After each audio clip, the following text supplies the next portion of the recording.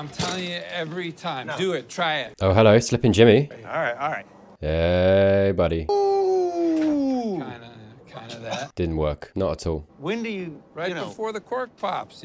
in her ear? No, Oh, they're talking. I know what they're talking about. We all know what they're talking about. It's filth, Jimmy, filth. Oh, yeah! That was a good one, to be fair. This town sucks. That's not even two. Man, welcome to England. Everything closes so early, it's insane. I hate it. Bro, I never did catch your name. Really? I thought you were, like, big friends. Saul. Saul? Saul? Saul good, man. Get it? Hello. Right, so that was his fake name back in the day. I like it. Full circle. This smells It's gotta like be a at least trap. $1,000 in here, man. This is a trap, right? Look at that. Oh, no. Oh my God, this is Saul. I bet this is absolutely, like, whatever this is, I bet this is the rig. This is the trick, right? Slippin' Jimmy, I wonder. I'm thinking that one. Okay, maybe not. That's a nice watch, though. Damn. Shiny. I'm so sorry, Saul. I usually love your fashion. I really do. But I'll be honest with you, man. That shirt is not working for you. Ah! Hey! Amazing. Now leave. Oh, it's a nice suit. Hold it down. Oh, be nice, all right? This guy right. This is, he's working this guy. I don't know how. Butthole. Nice. I'll come in at McDonald's where you work. I'll buy the whole damn place, and I'll fire you. Okay, maybe not a trick. Fair enough. This tracks for what he's wearing. Come on, you. But why? It's in my head now. Amazing. Thank you, mate. Thank you. Appreciate that. It's on that watch, man. I told you, right? Good watch, huh? What kind is it? Gold one, mate. Just don't ask questions. Well, then, let me look. Is it a Rolex? Holy. It's a damn Rolex. Yeah. Tell you what, you keep the cash, I'll keep the watch. Well, it's worth like $3 grand. Uh-oh. Hey. Okay. All right, yeah, you're right. You know, You're gonna punch him. He's gonna punch you. sweeten the pot. You got a 5, 20, 40. Dude, just split it. Yeah, we good? Okay. Oh, man. You were getting on so well. Oh, no. Ah, it is! Yeah! Ah, I clocked it, man. Watched it. Doesn't make sense, I'm sorry. Right, so the whole point is to get the difference of whatever he gives you. This operation is much more finessed, I feel like, than the two brothers. Damn. What did they just score, like $500-something? Hey. You're the man. Me, I'm just. Interesting as well. The parallels with Jesse. I feel like it says a lot that he wasn't more sympathetic to Jesse. It's weird, isn't it? I'm trying to think back, and I'm like, was he that sympathetic? It feels like he wasn't. I don't think he was in the grand scheme of things. Do you know what I mean? There wasn't like a Mike-Jesse relationship or anything near to that, I think, in regards to, in comparison with like Saul and Jesse, right? You know what I mean? I just feel like there could have been. I suppose it maybe shows you how far Saul's character went in self-preservation. He saw a kid. He didn't know Jesse that well, I suppose. It was very much a business relationship, I'd say. Yeah, I suppose he didn't really know him that well. Damn, what could have been? What could have been? But at the same time, I don't know if he would have necessarily. I feel like the Saul in Breaking Bad, I don't know if he would even have shown that level of sympathy. He would have been like, no, let's just stay in my lane. This kid, and you know, better than anyone, he'd know, like, I mean, I assume it takes Chuck and a bit of tough loving, really, to get him out of this situation, you know, and getting caught maybe a few times, which we saw last episode, you know. So maybe from Saul's perspective, it was a case of like, no, I know that mindset. And maybe there was an element of like, I can't do anything to help this kid, even though I don't think that's true. I think he could have. Anyway, sorry, just kind of chatting, just interesting, just an interesting kind of parallel, the imagery with, you know, Jesse there. It's good for making beer money. That's about all. Right, so he goes higher and higher, tries to get more and more, and I guess he gets caught, right? So that's interesting as well, because it shows you that he's always been someone that's aspired to get more, which I don't know that is necessary. That didn't really come through necessarily super strongly in Breaking Bad. It does. I think it absolutely does come through. But do you know what I mean? Like, that's not like a big part of Saul's character. I think in that show, he's very much the kind of comedic, the wisecracker, the, you know, comic relief, you know. He very much does. He absolutely whittles Walton and Jesse down and gets a large cut, like, you know what I mean? But yeah, interesting how subtle that like character nuance is there in telling you what his motivations truly kind of are. And I suppose it's been there from the beginning of this show. You know, the $700 a client has always been on his mind. It's always been verbalized by him as well. So yeah, big. I don't know. I guess previous to this, I never really characterized Saul as like money, even though I kind of did, but you know, it wasn't like a massive part of his character. I'm starting to think maybe that's actually quite a big draw for him in a way that I didn't really think of it I guess, before. Hello and welcome to Better Call Saul Sunday, the show that happens every single Sunday until we are finished with it. Today we are watching Hero. Will you be my hero, baby? Well, you could be if you subscribe. Welcome, thank you for being here. My name is Tyler Alexander, and without further ado, let's see what this episode has got for us. Flamingo check. Ah, no, come on, man. Flamingo.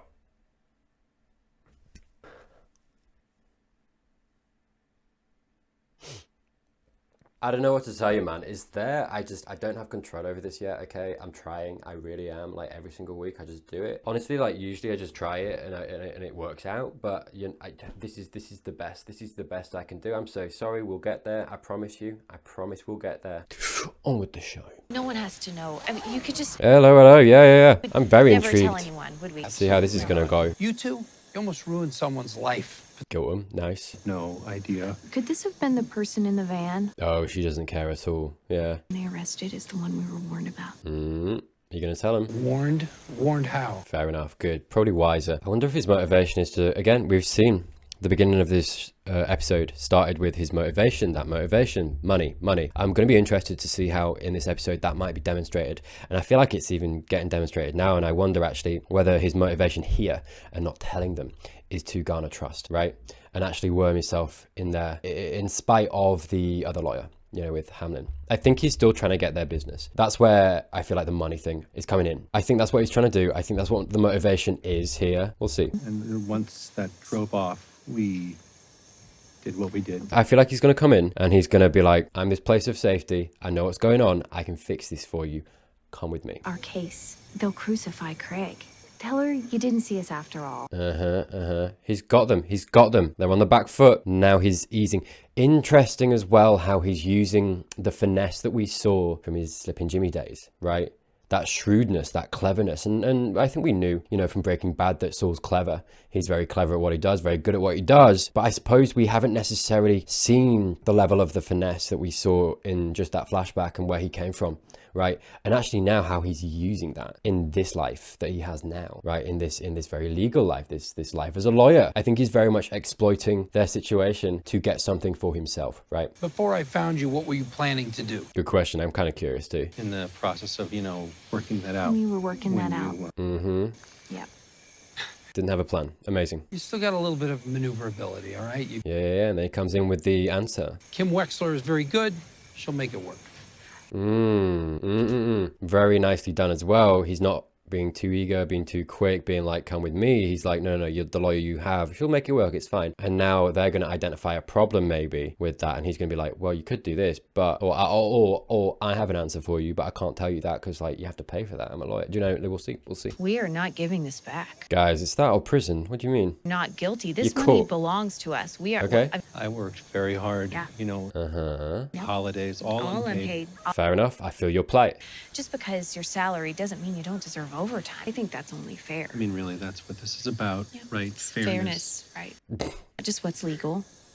You want to talk about legals. I get where they're coming from, right? I absolutely do. It's wild. There are so many situations of this, of people working for absolutely nothing, working overtime for absolutely nothing, not getting paid. There's so many managers in hospitality I've talked to, and I got paid more than them as a waiter, and they had like a fixed salary for like working a set amount of hours for a week, and even if they went over that, they'd not get paid for it, but they'd have to because there was no one else to do it. It's so insane. So I get it. I do absolutely think though that they are just trying to butter him up. And he knows that. I think he knows that too. At the end of the day, this is the thing. Saul's a boy and he knows a fellow boy. He just does. And so it's like, I just don't trust them. They're absolutely slimy. I don't think it was motivated by that at all, right? It was just greed. You want to talk about legal slavery? That used to be human slavery. So sorry, just briefly.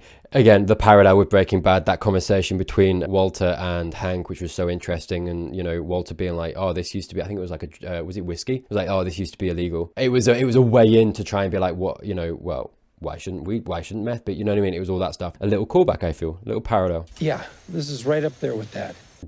Right? Yeah. Not comparable, particularly in this situation. Wow. Now they're trying to bribe him. just don't tell anyone about them. And what's he gonna do with that? I can't take a bribe. Who would know? We won't tell anyone. Can't take it. People will know. Take it.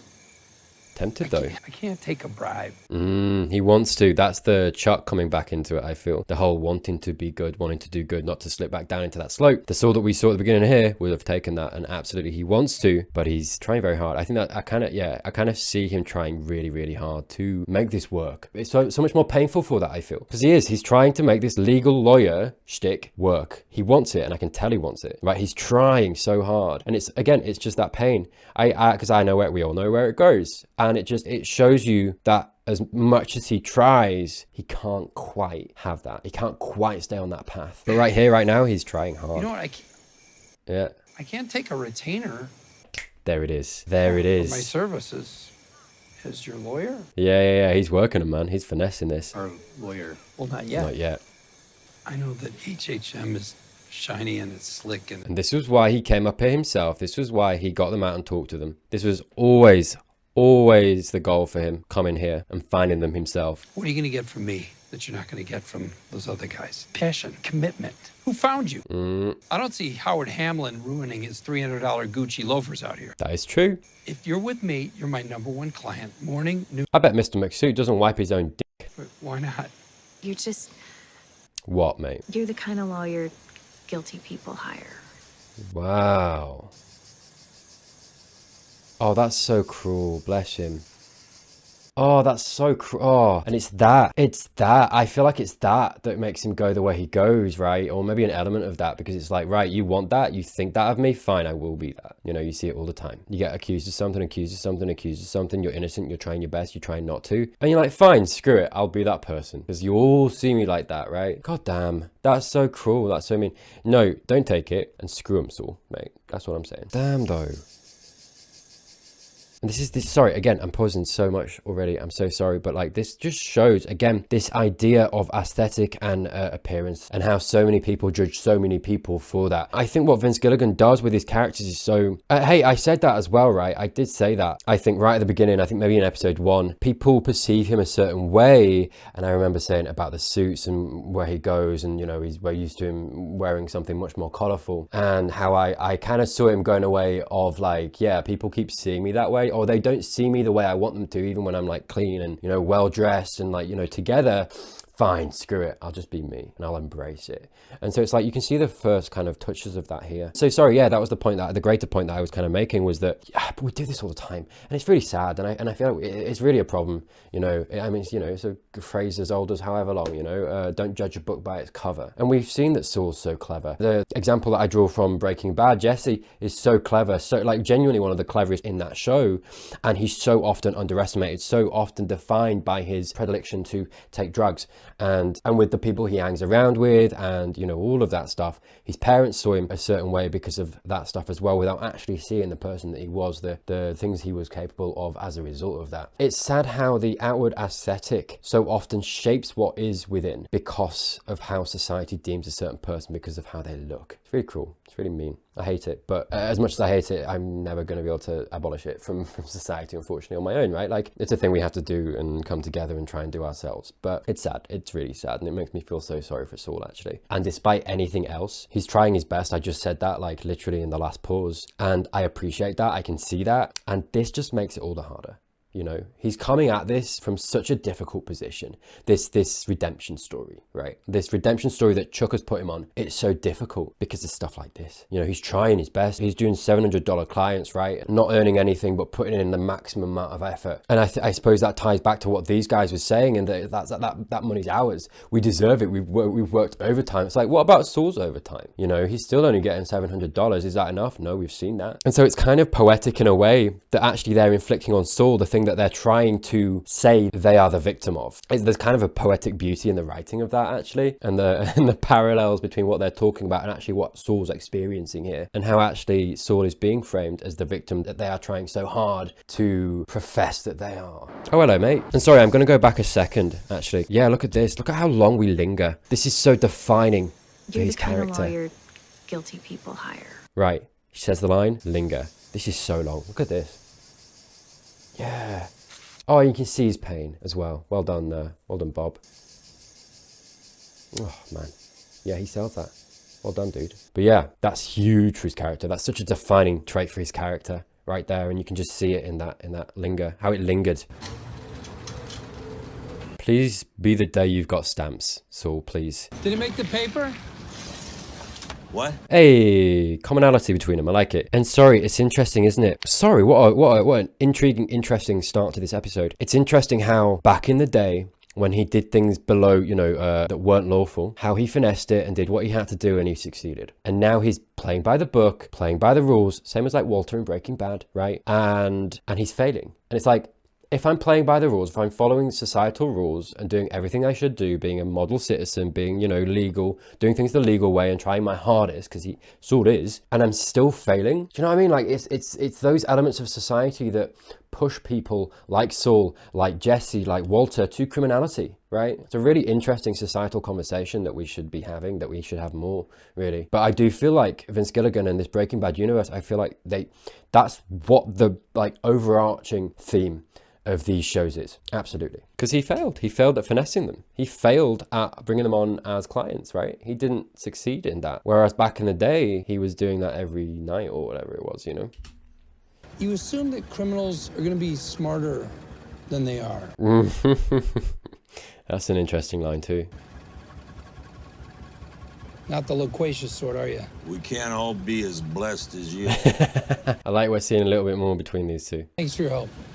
Don't mention it. If you ever need any assistance.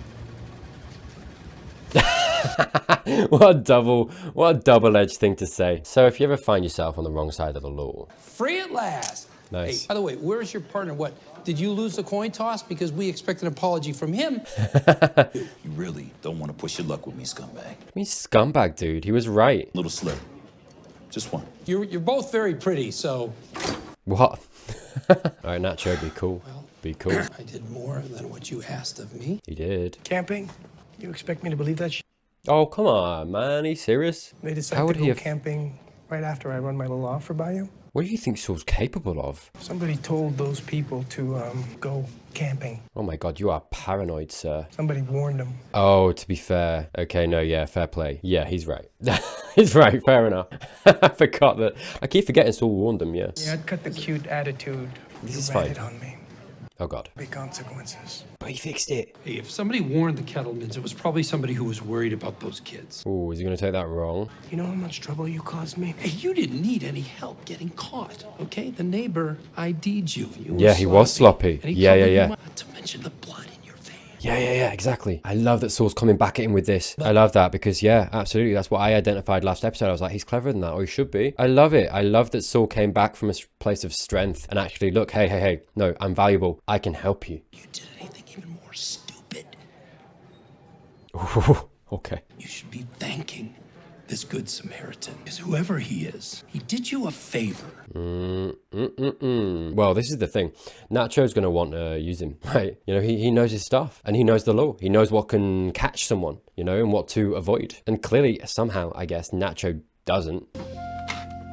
Oh, he took it in the end. I mean, he is smart enough. This is, I guess, where he learns it, right? The laundering and how to deal with this stuff. But yeah, I mean, not being funny, I don't blame him at all. He needs the money. We know that. They made it very clear they were never going to become his clients, right? Unfortunately. Yeah, fair play to him. I support you, mate. As a result of, I think, a couple things, right? One, his finessing not working, the legal route not working to get the job done. Two, the way that the Kettlemans showed him that people just don't respect him. Because of his appearance, he's just not quite pulling something off. As a result of both of those things happening, and that being demonstrated, that being shown to him, he's dipping into the dark. He's dipping into criminality, this thing that he's been fighting so hard against. And so it's like everything that I identified and saw from that, the beginning few scenes, I feel a lot of empathy for Saul and his situation. And I feel like as an empathetic audience member, you've got to feel sorry for him and understand why he took that, right? So yeah, while it's like an act of criminality, it's so humanizing. Do you know what I mean? And I do feel like because of all of the things that I talked about before and his characterization and the way that he's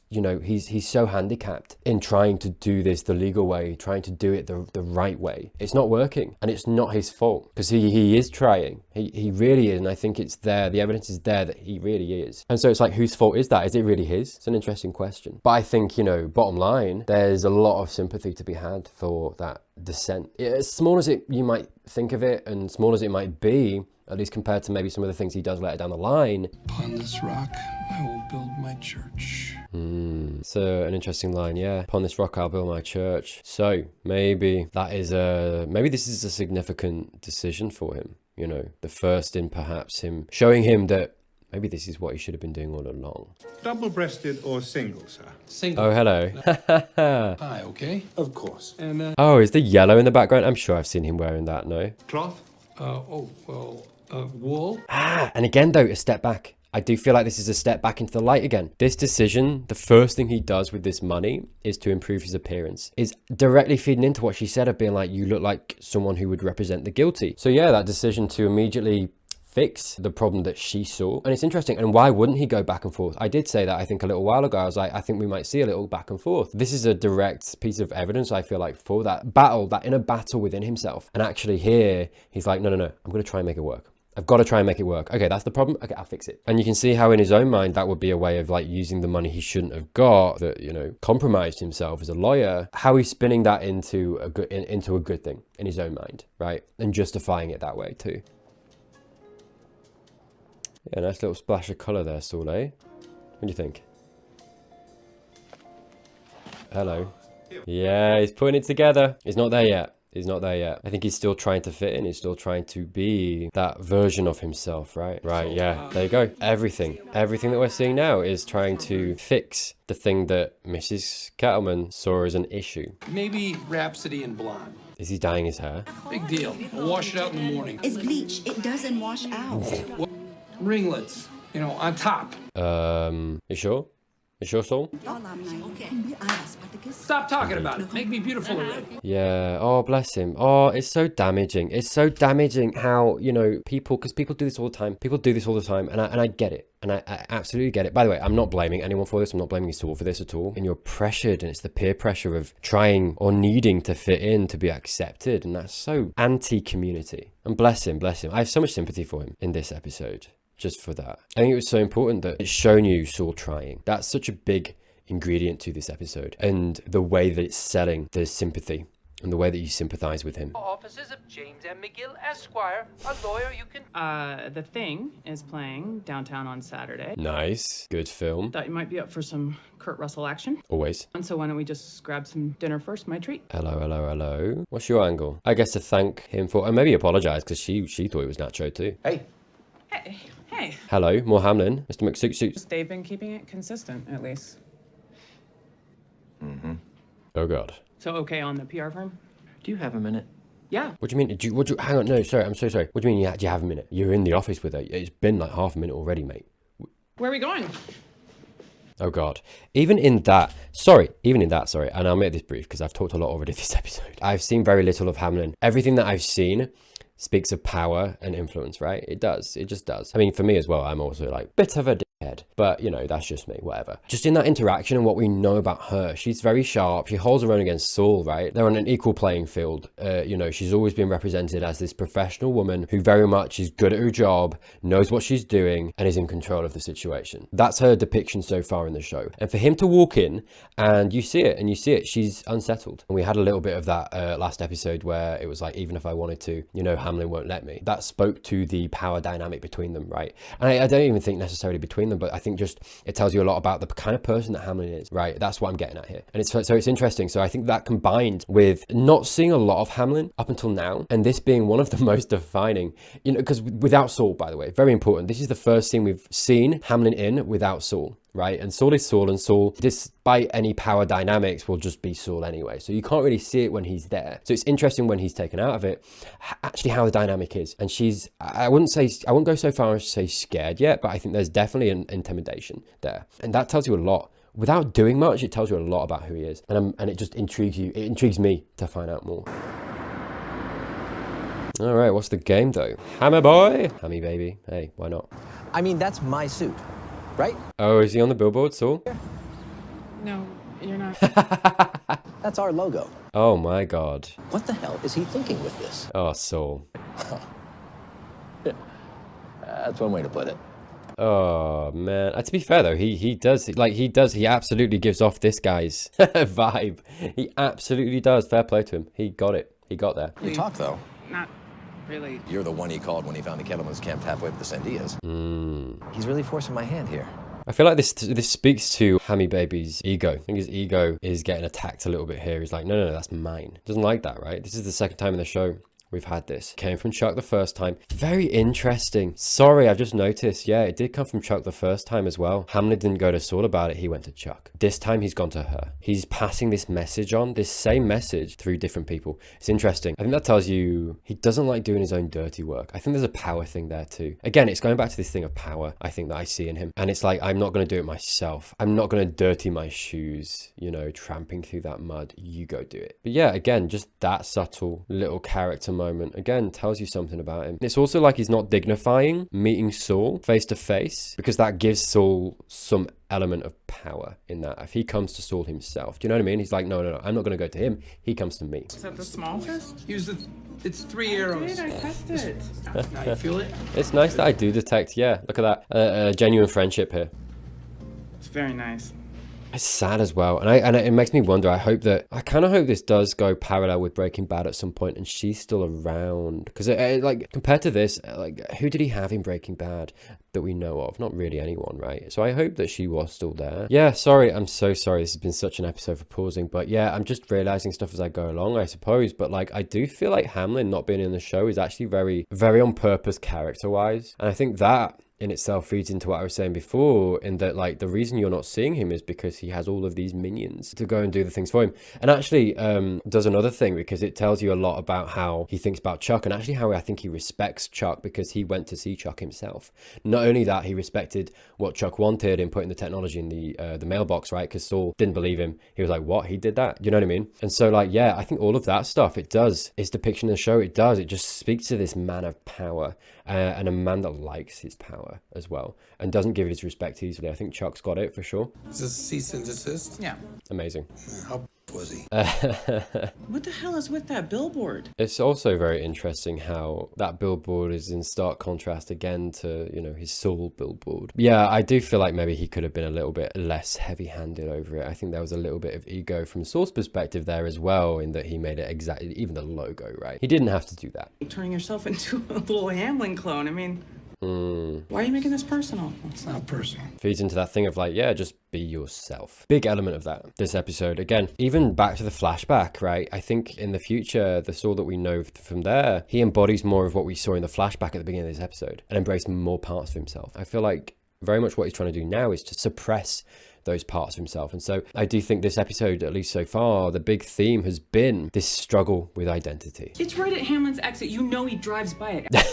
Of course it is. It certainly doesn't represent Jimmy McGill. Hey, you trying to keep me from using my name, my own name, Kim? I get that. It's true, that was a little bit far. You're better than this. I'm better than this. Better call Saul. Sorry. You could work anywhere. You could be somewhere where they appreciate you. Right, because Hamlin doesn't. Maybe they care about you. Ooh, does she fancy Hamlin a little bit maybe as well? She very much wants his approval, I feel. I'll be ready. Guns blazing. Saul, mate, I don't know if you're prepared for that. I'll be honest with you, man. It's annoying, isn't it? I see him rise. He's got this money. It's like, right, okay, go, you know, and he does this. And I just see Hamlin just taking it away. Not taking, like, literally, but, like, he's on a high right now, and I just feel like it going like this. The next step is an injunction. You can't win this fight. Yeah. I'm merely trying to ply my trade in an aggressive and evolving market. Infringement. Mr. McGill's new logo is an absolute copy of ours. It's true. I feel like the logo is a little far. Under fair use. Fair use? Been using this particular font for 12 years now, and it, in concert with our tri-rectangle graphic and Hamlindigo blue. Wow, that was yeah, he's very precious about that, isn't he? The fact that he just rattled, I mean, just also probably just very good at his job, right? But I'm curious as well. Like it was Hamlin McGill, you know, and Chuck is a very nice person, you know. So I wonder how much exploitation there was of that, right? Hamlin's name is first, but how much does Chuck's name deserve to be there at the forefront? More than him. So I'm questioning, like, how good is he? How much of his place has he earned? How much of that did Chuck kind of almost give him? You know, there's a lot I don't know. So I'm like, is he good? I'm not sure. Probably to a certain extent. But also maybe I think there's a little bit of the ego coming in here, and he really wants to win, you know, this thing against Saul, right? He really wants to come out on top here. Again, I do think that the power thing for him is a big motivator. Tri-rectangle graphic and Hamlindigo blue constitutes a trademark brand identifier. Whoa, back up. Hamlin. Did he just say Hamlin? Yeah, I thought that was honestly just a word that I wasn't familiar with, and I was like, hang on, did he put Hamlin at the beginning of Indigo? And so I realized at the same time Saul did. Did he really just say Hamlindigo? Hamlindigo blue? That's not a thing. Yes, that is our trademark name. No, I ain't buying. I'm not buying that, dude. Named a color Hamlindigo? That's egotistical as Your Honor, I feel like I'm in the mirror routine. No, I'm so sorry. You don't own a look, dude. You don't. And I realize how rich that is coming from me, and I was having a go at the twins, and that's fair, but it's only when it happens to me. You can't take my name from me. You are within your rights to advertise using your own name. It's the logo, I think. In my estimation, the billboard clearly and intentionally duplicates elements of the Hamlin McGill logo. Yeah, there it is. Jimmy, wise up. The billboard must come down within 48 hours. Please don't tell me you spent all of the money on that. I do love this rivalry between them. I want to see a lot more of that. It's annoying. I wonder as well, like, how much of this rivalry is actually getting in his way, and how much actually he might have a job at Hamlin McGill, especially because he knows Chuck, right? But it would mean that he'd have to be under the boot of Hamlin, which I just don't think he'd do. Egos, men's egos, man. Oh my guy. Gotta get me in there. Okay, so get on your mark. What are you doing, dude? You're wasting this money. I do feel, and I get the impression that I don't know enough of what's going on with him and Hamlin. I feel like more's happened that I'm not aware of. It speaks of like a kid lashing out a little bit, right? Buying the suit, getting the logo. It's like, fine, people don't want that of me. Fine, I'll just be that. It's like that thing that I was talking about, but like reversed a little bit. It's not embracing himself, it's embracing someone else, because like, oh, that's what people want me to be. Fine, I'll be that instead. Yeah. Good. It's going to be down by the time he gets this shot, isn't it? Through law school. Oh, working God. in the... It's coming down, dude. I've always been told that America is the land of opportunity, and I believed it until today. Oh, is he waiting for it to be taken down? The guy's taking his time. Because I'm not giving up. Not... Oh, God. My God. Call 911. Oh, okay. No, don't put your jacket there, man. I'm so sorry. The guy's got a safety belt. Like, he's going to be fine. Just put the suit jacket down somewhere. Okay, good. Like, you know, somewhere better. I tell you what, though. If Saul actually pulls this off. If Saul pulls this off, though, this is going to look good. Oh, my God. Is he going to get done? Is this a trick? Guys, come on. Come on, Saul. Nicely done, man. Took you long enough.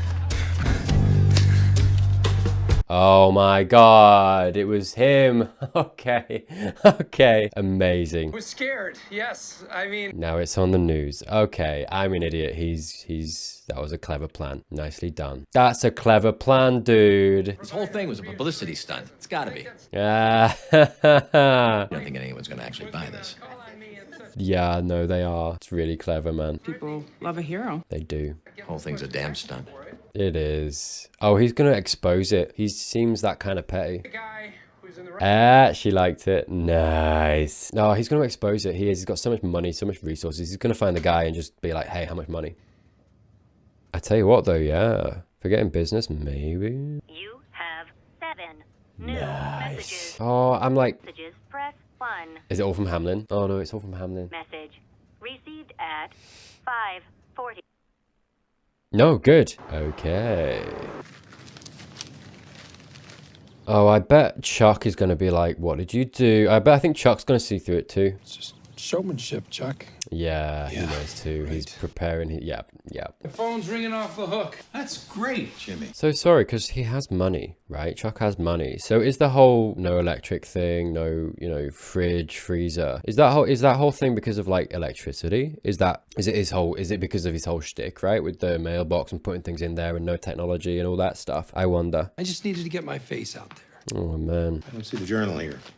I didn't see it outside. Dude, now, like, you might have got away with it. You might have got away with the story if you'd have just given it to him. Now he's like, now if he ever sees that, he's going to be like, yeah, he took that away. Why did he take that away? Ah, because of this. Why? Okay, so that's not legit. Do you know what I mean? Like, he's kind of shot himself. It's a risky move. It absolutely relies on him never seeing that paper, which... Good luck today. Thanks. Keep it up. Oh. Hard work looks good on you. Oh, and Chuck just wants him to succeed as well. And Saul just wants it to work as well. That's what the pain is. That's why it's painful. Oh man, yeah, Damn it, yeah. That's what I mean. He's going to see the paper, and now that Saul's done it this way, there's no getting out of that, man. Yeah, he's going to go get it. He's got his little tinfoil. Yeah, of course he has. Oh, Batman. Batman!